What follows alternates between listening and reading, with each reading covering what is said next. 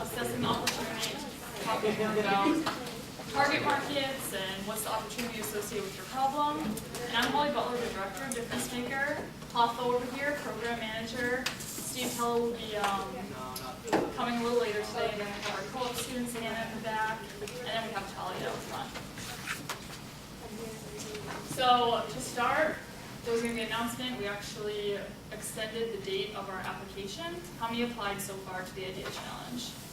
All right, so if you haven't yet, do so by Tuesday the 17th at midnight is when it's going to be due. And then we're going to talk about assessing opportunities. Donna Mullen is actually one of the librarians here at UMass Lowell, and she's very helpful with that, so she's going to come and say a few words about how she can help you guys. And then we're going to do an activity. Todd's going to talk about the value proposition and some customers and questions. And then we have some videos, and then we're going to wrap up. So once again, Idea Challenge application. Go to our website, www.uml.edu/IdeaChallenge, and it's right there. And if there's any problems, email her or I, and email the DifferenceMaker website. We'll get back to you within a day or two. All right, so assessing opportunities. So what is the difference between an idea and an opportunity? Ideas are a dime a dozen. Everyone has an idea. It's about figuring out what the opportunity is, assessed with that problem, and if you can do something with that.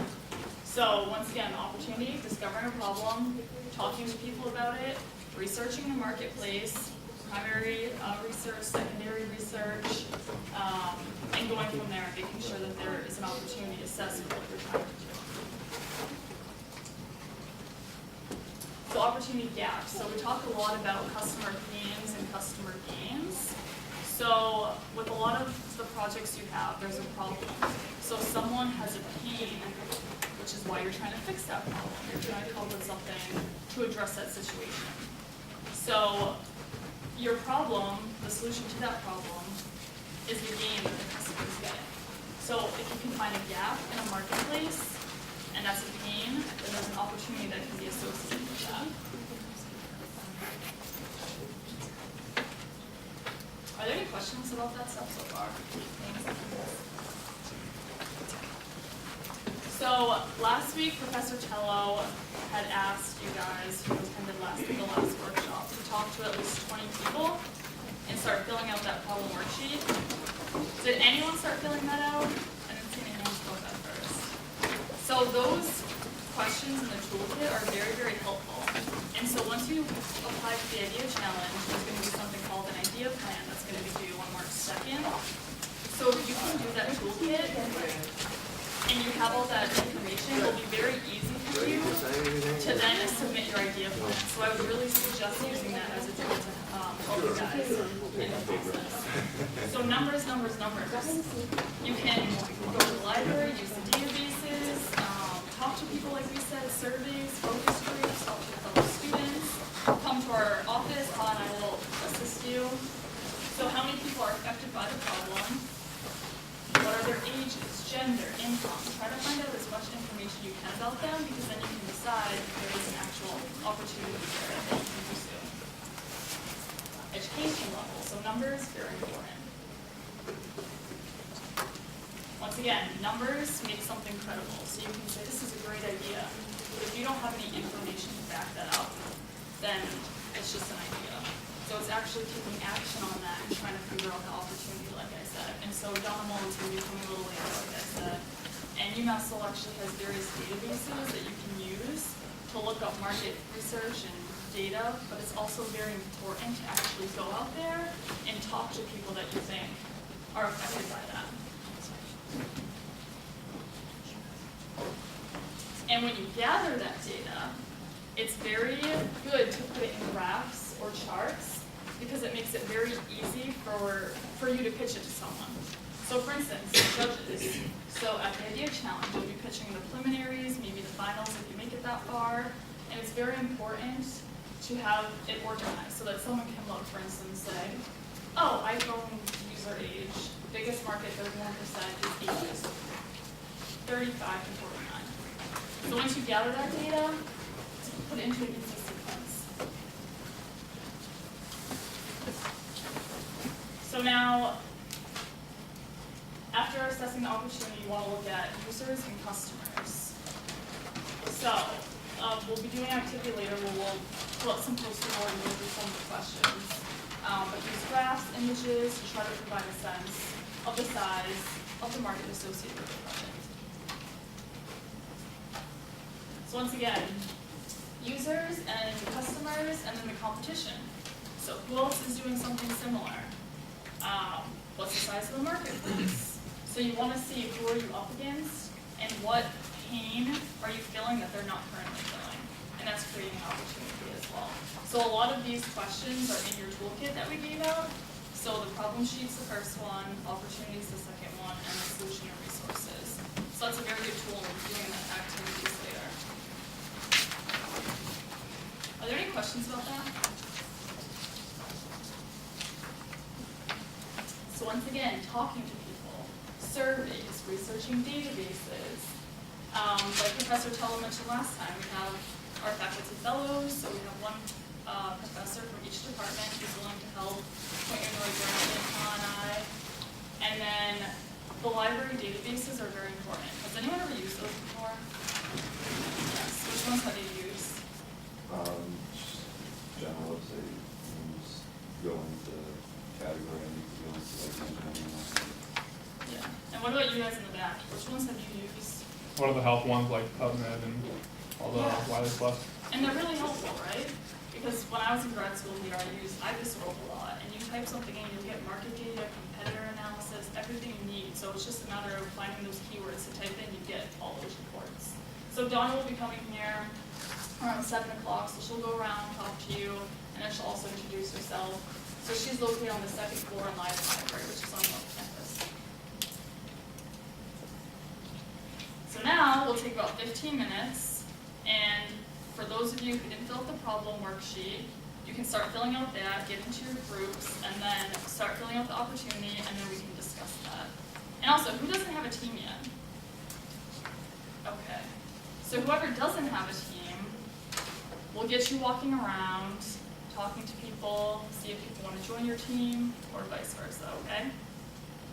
All right, so we'll give you about 15 minutes or so to do that, and then we'll discuss the value proposition. This is great. So basically,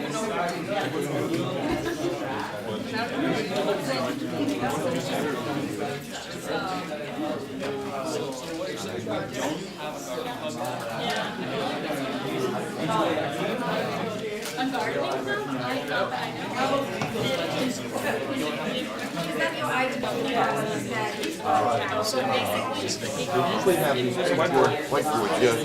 that's your thought, right? Which one do you Just get into thinking That's one thing.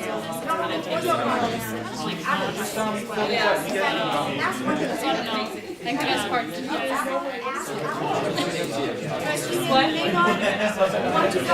Oh, really? Yeah, it's okay, so don't worry. To see that. For last time, Exactly. It's kind of like a survey, right? Right. Is there anyone here that's looking to join a team? So everyone has an idea? Anyone else want to share? Yes. Yeah, my idea is about like it's an online convenience store with a better pricing, where you can just go onto the site within the area, within the Lowell area. You can select onto whatever best pricing you want, and it's a one-day delivery.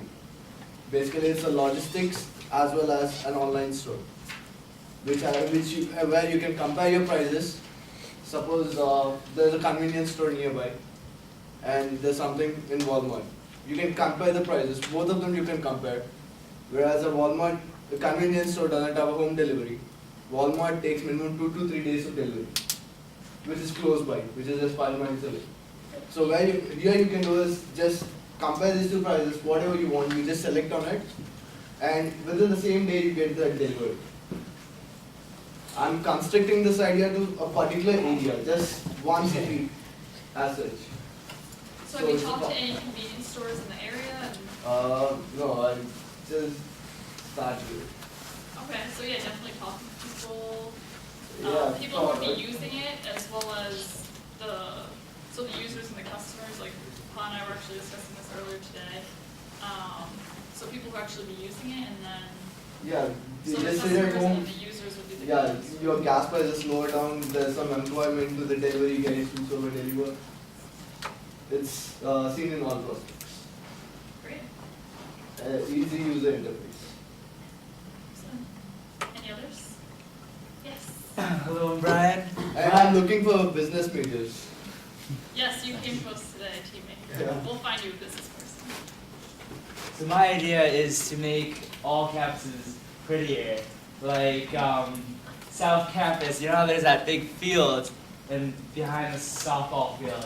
Like having a garden behind there would be just delightful. Like opening up a gardening club, and then this would make, I don't know, less people commute and want to stay here during weekends. Do you know about the garden on East Campus? Yeah, They have like like that little greenhouse Yeah, thing? there are a few people that There's try to a- maintain it, but there's it's a few never people. goes over well every year. They Yeah, kinda like it just just like- kinda die. Just like huge UMass Lowell bushes. Yeah. That says UMass Lowell bushes that say UMass Lowell on them would be really cool to like advertise for the school when people drive by, and just like small little things. I've talked to like numerous people on Riverview, and they agree with me that that would be a great spot for like something like very collegey to be. But yet there's just been a field there for like more than a year. Craig, do you know the names of those people on East who maintain that? It was the Student Environmental Alliance last year, but they Okay. get a little money from the school, and almost every year without fail, nobody goes to water them and they die at some point. So, because like, especially over the summer, nobody goes over the summer, and so whatever was growing, they just kind of like no one takes care of it. Sometimes the facilities ends up having to do it.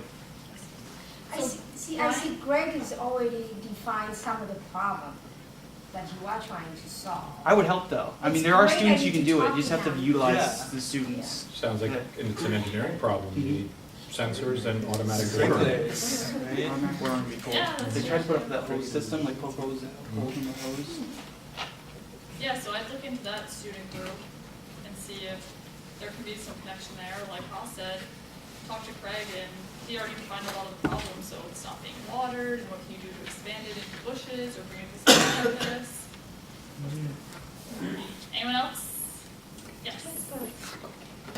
So the group I'm part of is working on the Connect Ninja game.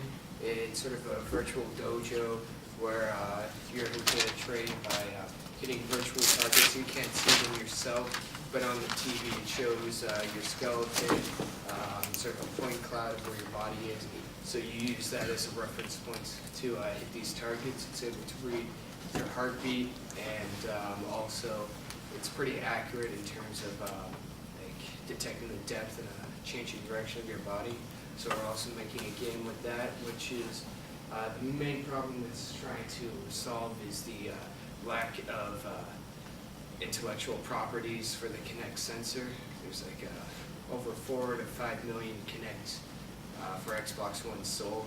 However, most games for it don't sell more than a few 100,000 copies. So if you get that one game, that one IP that gets millions of those users who want a game to use on their Kinect, you get those. Not only are you solving a dry marketplace, but also those hundreds of thousands of people who you get to play your game are now being more active and working on a healthier lifestyle.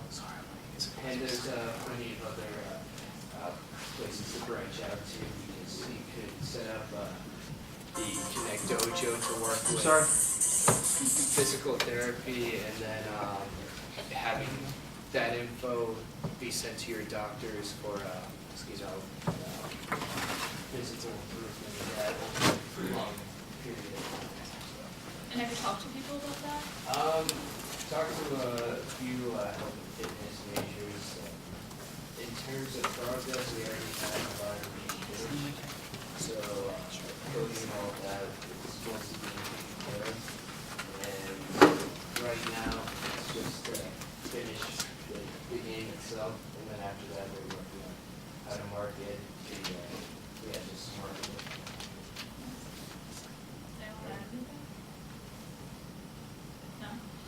that might be good for combat training as well, just general combat training. Exactly, like practicing martial arts, those kicks, like you kind of see how I can, like, you kicks. Are these the goggle things?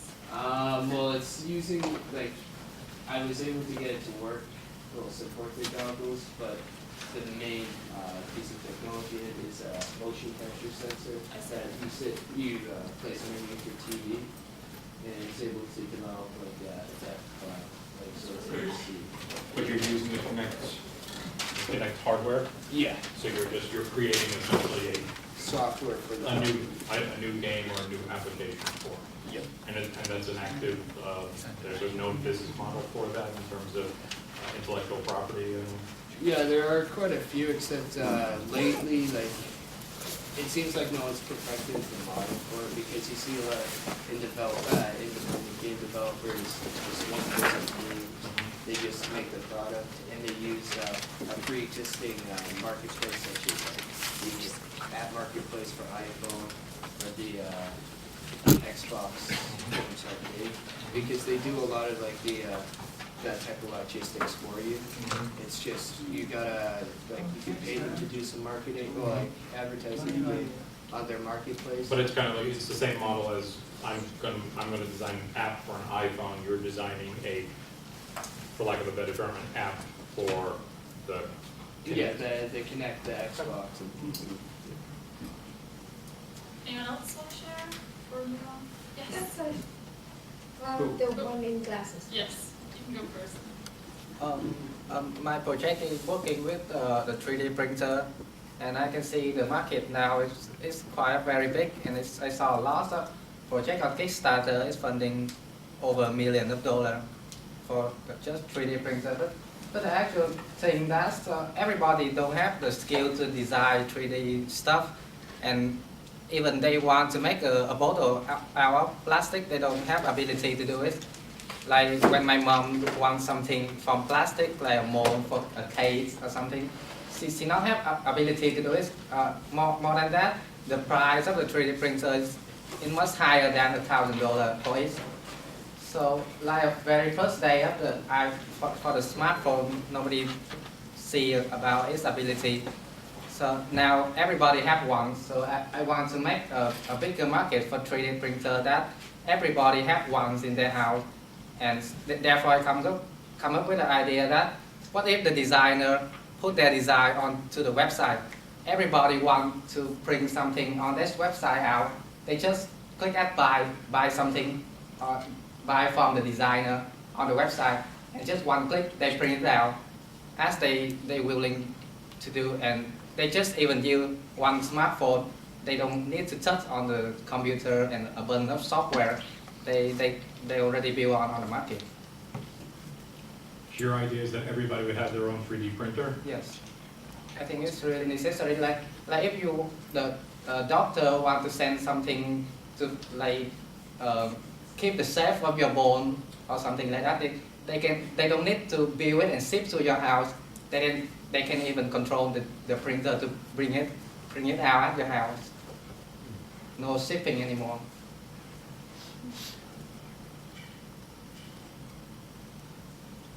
That's a good idea. I mean, there's a lot that goes into that, but Dan's an engineer here, so if you have any thoughts. Well, I'm just, I'm looking for where's the business here? So you're trying to sell, are you trying to sell the printers? No, actually, I'm not trying to sell the 3D printer, but I want make the cost as low as possible so everybody can access it. Because when more people can access it, they can sell a lot of things online. So I can take a % from something they sold online.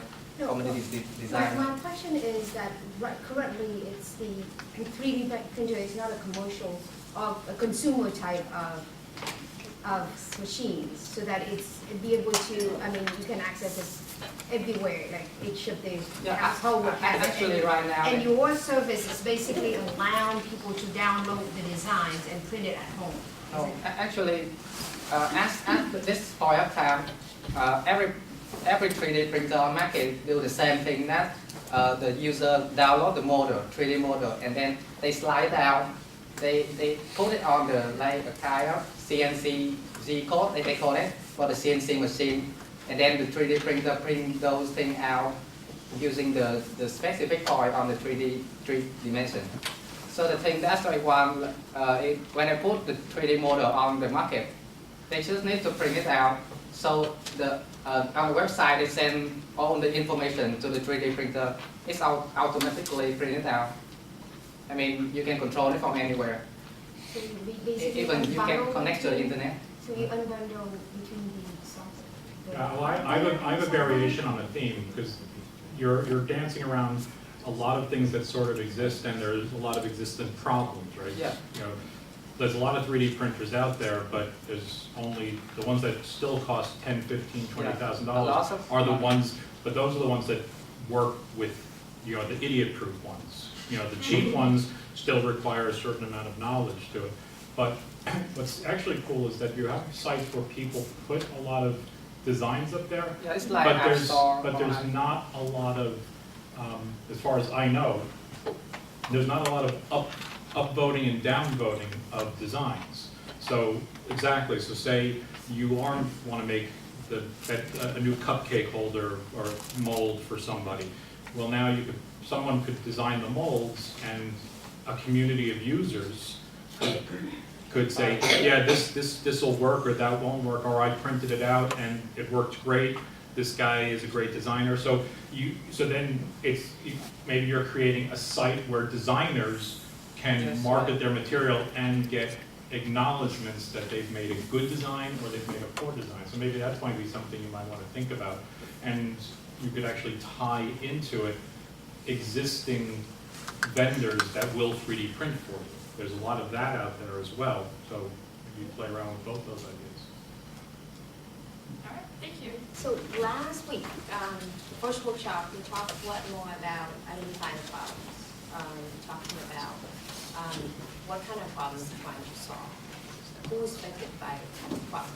And I hope that you take time to fill out that worksheet. It's really helpful. Fill out not by sitting down and just filling it out based on your thought. Definitely have to go down there and talk to people. Find out what their problem is. And jot it down. And also today, we actually cover some of the assessment opportunities that we mentioned about the competition.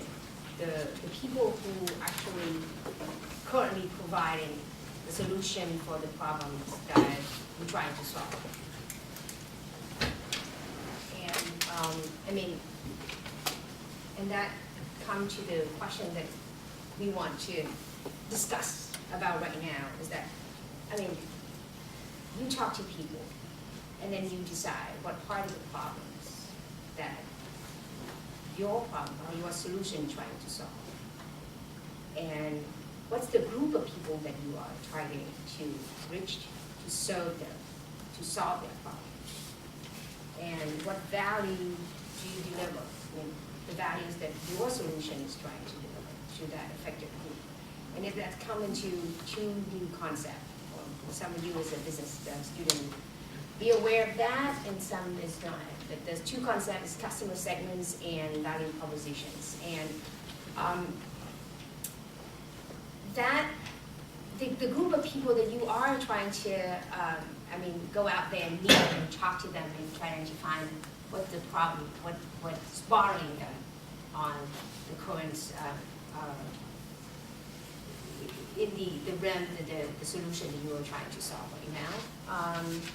These customer segment usually group it by probably a common problem that they have, maybe a common behavior they have. Let's give an example. Let's say your projects, we're trying to create an online where you can match, people can compare price between Walmarts and other convenience stores. It could be free for people who use it. So one group of customers or one group of people you want to serve is the user who go out there and checks the price. And the other group, which generating your money to run that website, is probably you have to target the company you want to run an ad in your websites. So then again, you have two different customer segment that you want to reach, to find out what their needs are, what their pains are, that you want to address that. For the projects, the Connect one that you all mentioned about, right? You have one solutions and could be used by people who play in game, that they can have an interactive game player, which is one group of the customer that try to use the product. Another group, which is maybe the doctors, want to use it for connect to the patient in physical therapies, to learn the patient how to, they move and that they can improve their exercise, I guess. So there's two different group of customer segment that we want to reach, to find out what their pains are, what their needs right now. The solution that you're trying to propose is actually cure those pains, and then address those problems that solve. So it's actually come directly into the value propositions for each of the segments that you want to reach or to serve them. What value is your solution is giving to them? And maybe for the group of game players, they want to be more engaged, more see this themselves with the games. Right now, the current solution is it help them to be moving smoothly like that, to be more involved or not? I mean, these kind of questions you want to ask them. What are they using right now? Is it anything hinder them to make it better? Then your product will come in and answer that questions. It's actually, there's a mapping between you identifying your customer segments and the value proposition that address serving those customer segments in there. I have a very cool kind of diagram or something that you actually can use it to help you with your projects, with your products. I mean, there's two part of it. One is the customer segment, and the other is value propositions. And obviously, you should be able to nail down who's the one that you want to reach. Maybe for your solution as the online bookmaking for the gamer. Then obviously, you identify the group of people you want to find out. And for those people writing down the stories, what's their pains are. Maybe because writing on the blog is not very fun. It doesn't seem very interactive. What do you write? And what kind of game that they want to achieve as well. And those, if you look at those segments, you nail down all the details, and you can see that your product or your service or features of your product can addressing those. Okay. I have a very interesting video that clearly explain the mapping the customers to the value proposition. I want to share another video talking more about actual how they do it, an example of how they do it in the actual products. So you see people trying to identify the pain, the gain, try to show the values of the solutions that bring into the customers. So we have a very interesting exercise which actually you can use for your product, your idea right away. Which actually there's this handout with you. It's called A Day in the Life of Your Customer. And we strongly recommend that you do this. These are the questions that you would survey your potential user customers. When you ask those questions, the first page, which is the question that you should ask your customers, those note down, list 20 of them. You can do it more, but list 20 would give you a decent data that shows understanding of your customer, the problem that they are facing, and how they're trying to solve right now. the app that you can, your product can fit in. The next page, which is, I'm trying to map, whatever you study, the pain of the customer, map your solution with this. With your solution, how do you map that with the pain of the first customers? What kind of features that your products or service or your solution is actually enabling them to solve the problem? And what is the gain that they can get when they use your solutions? And of course, currently, with how much they're willing to pay or how much they're willing to give you so that they can use your solution. And this is a very simple one. You actually can try to identify, trying to collect all the problems from your customers and mapping your, and then you can derive with the value proposition of your solution.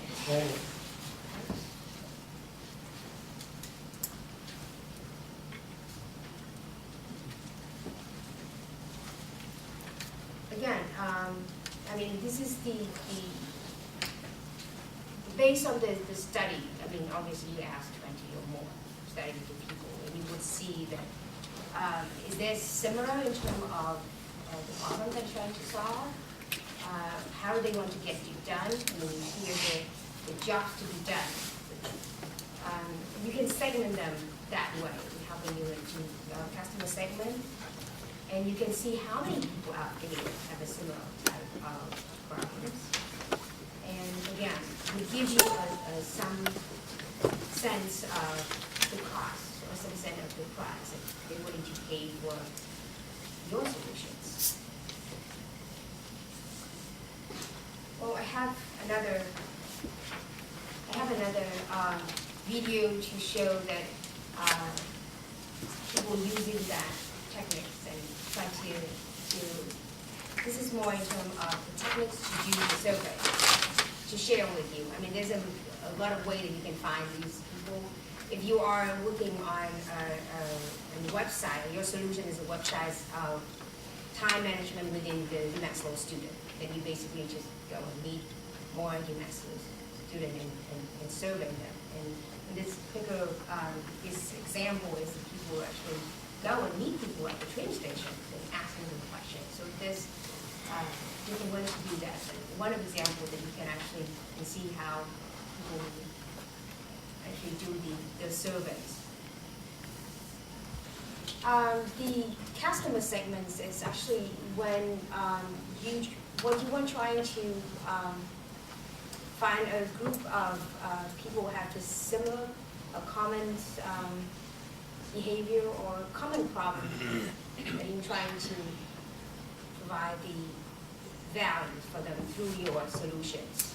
As I give example earlier in terms of one of the few projects in here, as the Connect group have the solution for, let's say, the interactive movement. There's two group of segments, two segment of customer. One is the game player who wants to use that to play with their game.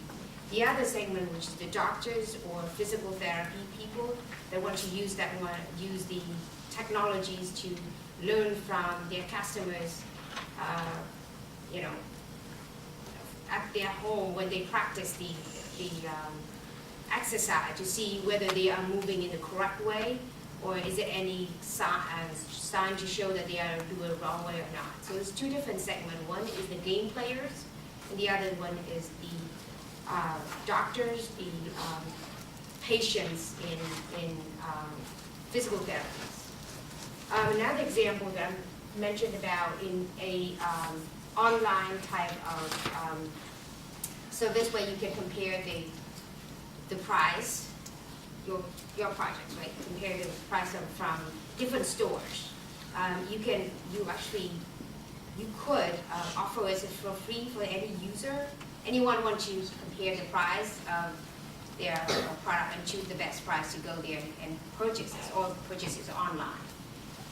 Is the grand probably the mother who purchased products online from Walmart or Target, they can compare the price.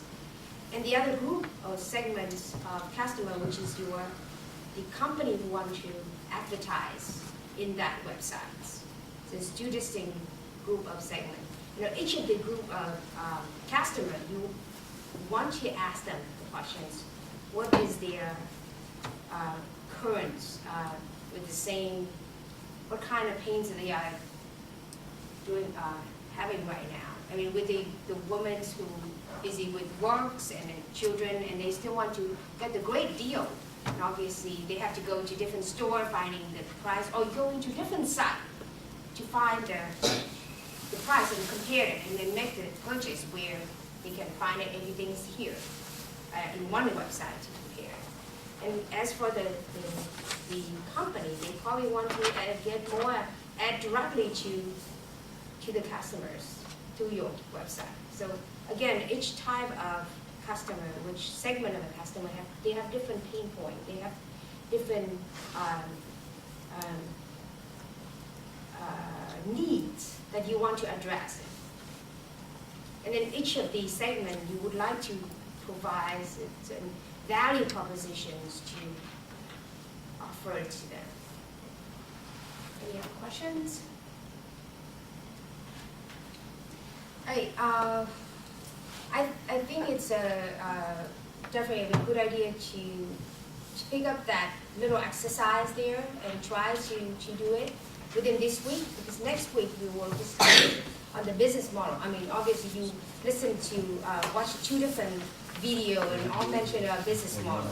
And this is the value proposition, and the customer segment is the very, how to say, important parts of the business model, which will be discussed in the next workshop. Any other questions? By the way, we have Donna Mullins here. She's our librarian. Holly's brother just introduced her earlier. She's a great resource for any team to want to find out more information through our library. Please give them. I just want to say something. Introductions. Yeah.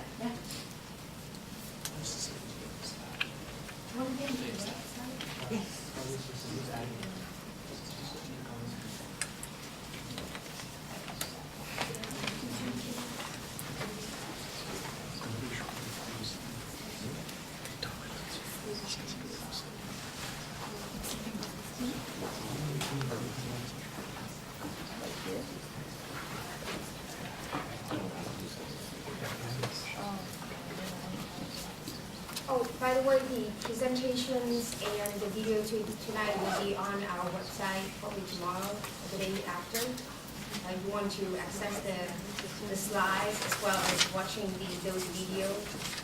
Check out our website in the resource page.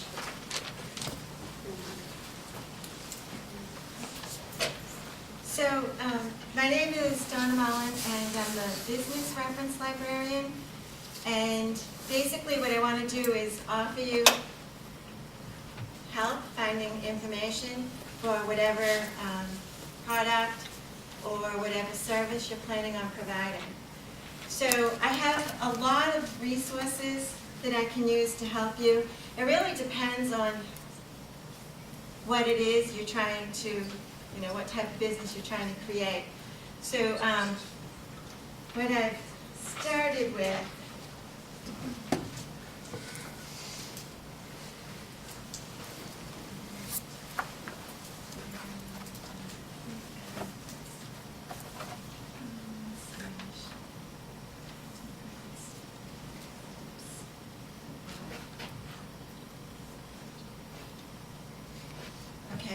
So what I did is I just threw together this quick guide just to give you an idea of what we can do.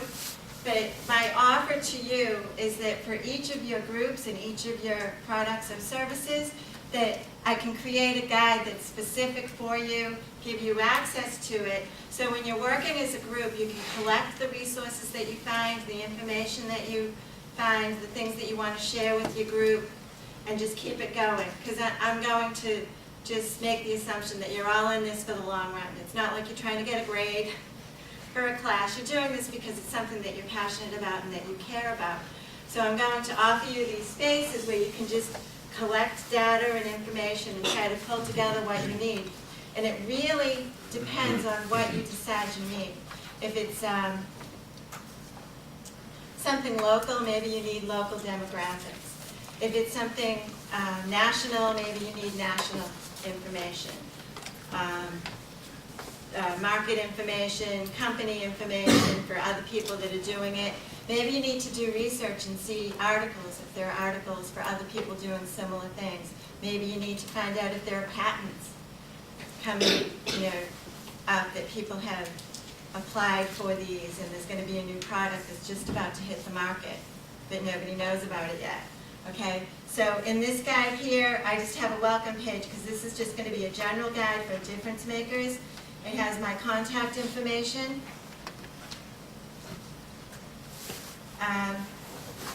I have this here, it's RefWorks. RefWorks is a citation tool. One of the things that I've noticed, and maybe it only bothers me because I'm a librarian, but when you do your presentations, your citations are awful.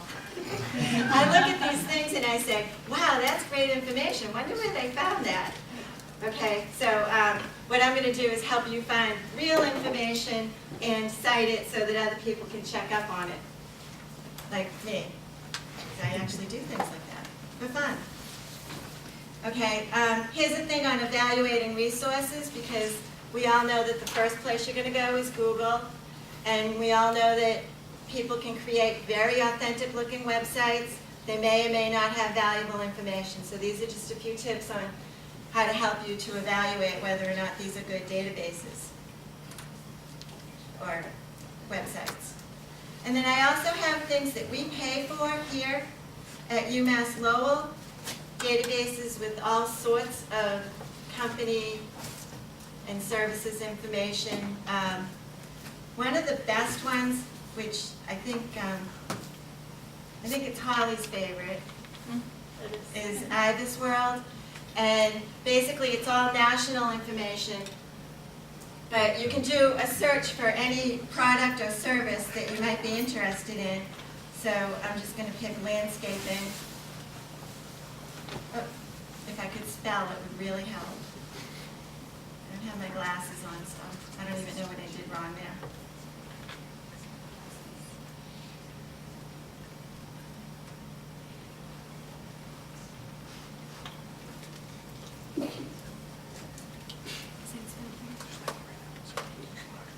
Okay, here we go. So what happens when you type in what you think you're interested in, it will give you some other ideas. So maybe, are you looking at landscaping design or landscaping service? You have to decide. But also at the bottom of the page, what it's going to tell you are business environment profiles. Things that are going on in the world that may affect the business that you're proposing. Okay, so sometimes it has to do with the aging population. Sometimes it has to do with advertising expenditure or family income or things like that. So these will quickly link you to those other things, the business environment that you're going to be working in, and give you some of the background on that. But in addition to that, when you go into these reports, I know you're probably not all business majors, but if you were a business major, something you would have heard about is called a SWOT analysis. It's the strengths, weaknesses, opportunities, and threats that your proposition may be facing. These reports here give you all of that, okay? Not only does it tell you what types of things you'll be facing in the industry, but it can tell you who are the major players. It can give you some key statistics, like when you set your price. You need to know when you take money in, where is your money going to go? Is it going to go towards product? Is it going to go towards employees? Is it going to go towards advertising? So you can look at what the other people are doing. It's also important to know where the money is. So for instance, there was someone from the Sandbox that wanted to start a landscaping, edible landscape. And he thought that he would look at schools and see if you could go into schools and teach children how to do edible landscaping. So we looked it up and come to find out that is a very large growing market, but the money is really in private homes. Okay, so I don't make the decision for him, but he has to look at that and say, do I want to go where the bulk of the money is, or do I want to go where my passion is? And if I'm going to go where my passion is, I need to be able to know why and know what the unique problems I'm going to run into by doing that. Okay? Email's the best way to reach me. So there's actually the website that I brought you to, just if you're connected to Outlook, it will bring you right to it. But I have some business cards. I can give you the cards afterwards. And how can we get that website address to people? It was kind of long, I noticed. You can send it to me and I can put it on the DifferenceMaker resource page. So I'll upload the PowerPoint, any documents we passed out today, the video, and then I can upload that website as well so that everyone can access that. Okay. And at some point, we're going to set up regular hours that I will be at DifferenceMaker.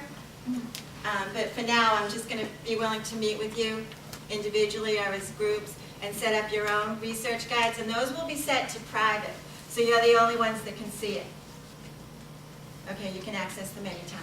I'm wondering, maybe we could have one of the teams give you a term for the products that they're working on, and you could do a search for it, and we'll put you on the spot and see what happens. Yeah, stump the librarian. I always lose. How about you Okay. connect us? My favorite game, though. I know. Someone have something? Did you just want me to look in Ibis World, or did you? Yeah, we'll start with Ibis World. Okay. So yeah, you could just type in Connect, I guess, KINECT. Is that a company name? It's a product.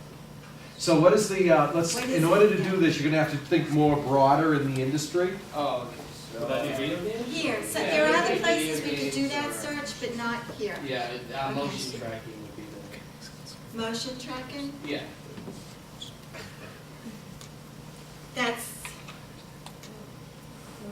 so it's technology. Or motion sensors? Yeah. Okay.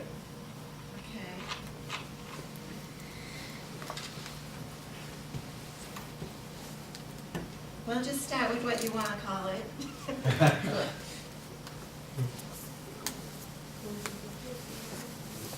Motion capture software?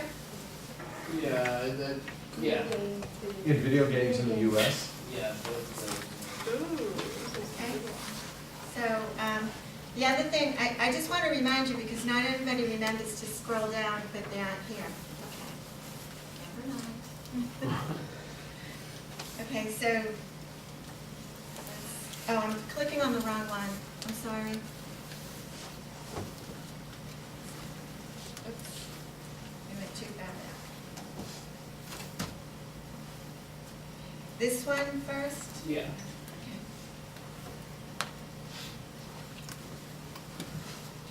So this tells you the supply chain, some related industry, who the major players are, typically what they do, some similar industries, additional resources, some jargon that you might want to know, and a glossary. This is just the first page. So, and a lot of these are clickable too.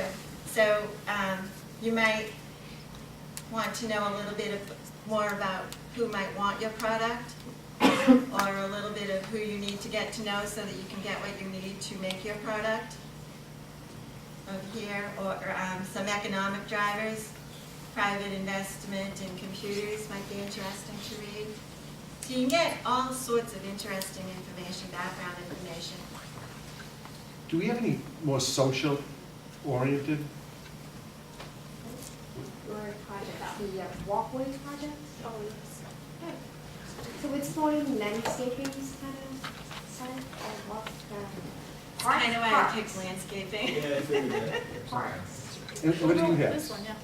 Yeah, parks. Parks might be another way to look that up. Okay, what's your project? Sports recreation nonprofits. Sports, be what? okay. That would be what you would search. Okay. I had already put in parks just to see because how you would mention parks, and that is a good way. I just want to look this one up first, and then we'll try. Oh, it actually answers your search too. National and state parks, amusement parks, campgrounds. Are those, that kind of help you? Does that help you too, or did you want to get more no. specific? No. Okay. How did you want to change this up? Say, I can just do this on my own later.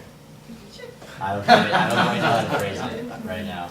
So is there a nonprofit, like, do these search nonprofits? Because I know not everyone's here, but there's at least probably double to triple this group. And there's certainly, I know there's groups that are looking at opiate addiction, that are looking at different social ills as well. Would they look for something like that here, or? they can, yeah. I have other, I have a whole set of resources for nonprofits to help them, which I would add to their individual guides. And actually, the guide that I created for tonight is really just a skeleton. I hope that it will be a work in progress, that I will add things as I find out what people are really looking for besides doing the private guides. But you can do nonprofits in here. How new is this data that we're looking at? Is this like from the past 2 years? Is it all the data? It's usually within a few months. I haven't seen any like really old information. The reports tend to be updated. I know some of them are updated semi-annually. We've seen quarterly reports updated. So it depends on the source. I've never seen more than 6 months. So, I mean, it depends on what the topic is, how often they update it. But yeah, they're about as recent as you're going to find anywhere. Yeah, that's the problem with some of the other databases, which they have these reports, that they tend to be old. And that's the problem with Googling it yourself. Yeah. If you're Googling something yourself, you're probably finding an old PDF that's sitting on somebody's website. These reports will cost, some of the medical device and technical reports will cost $4,000 or $5,000, but because we have database subscriptions, you can get access to it through the library. So. Right. Yep. Okay, so I'm going to go back to the guide if I can find it. Yes. Thank goodness. Okay, and then I've collected quite a few free resources. This Entrepreneurship Radio, they do weekly broadcasts. I met him at the symposium, and they do some really great things. And these are just other places that you can find information on companies and industries, and I have all sorts of statistical databases. This is patent information, particularly this one, fresh patents. These are patents that have been applied for but have not been approved yet. So it is cutting edge technology. It's what is about to hit the market maybe a year from now, 2 years from now, or however long it takes to get the particular patent. And all sorts of statistical information.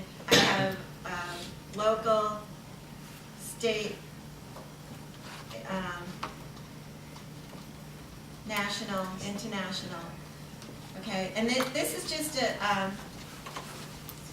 a sample, like once I get something that I can get my teeth into, the types of information that we can keep track of. So this is medical devices, and these are some free web resources that we found that can really help you if this is your particular topic of interest.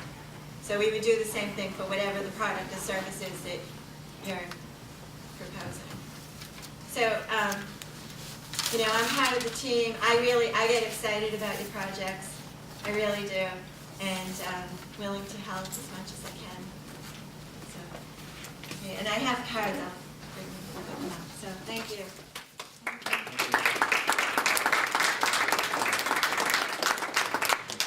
So I just want to underscore, so thank you, Donna, very much. The reason we brought Donna in and the reason we're pushing, and it almost starts to sound like homework, is because the judges are tough, right? The judges want to know that you have spent the time to find out who else is trying to do what you're doing? What is that sector or industry or segment like? What is the customer like? They're going to ask you those questions. The more information you capture and present in your idea plan that shows that you're knowledgeable about this, the fewer questions they're going to ask you about that, and they'll focus on your solution and your funding request. The biggest complaint we got from the judges last year was they felt that the pitches in the preliminary had not spent enough time looking at the customer, looking at the market, looking at the other players in the market, and that there wasn't enough demonstration that people were knowledgeable. On the other hand, I would say that the 5 teams that pitched in the engineering event last fall, this was engineering prototype, right? Basically, they had to build something, but they had done their homework. They understood the market. So there will be some competition out there. There will be people who've done this homework. So this is really meant to prep you for those questions and make sure you have a nice, solid presentation. Okay?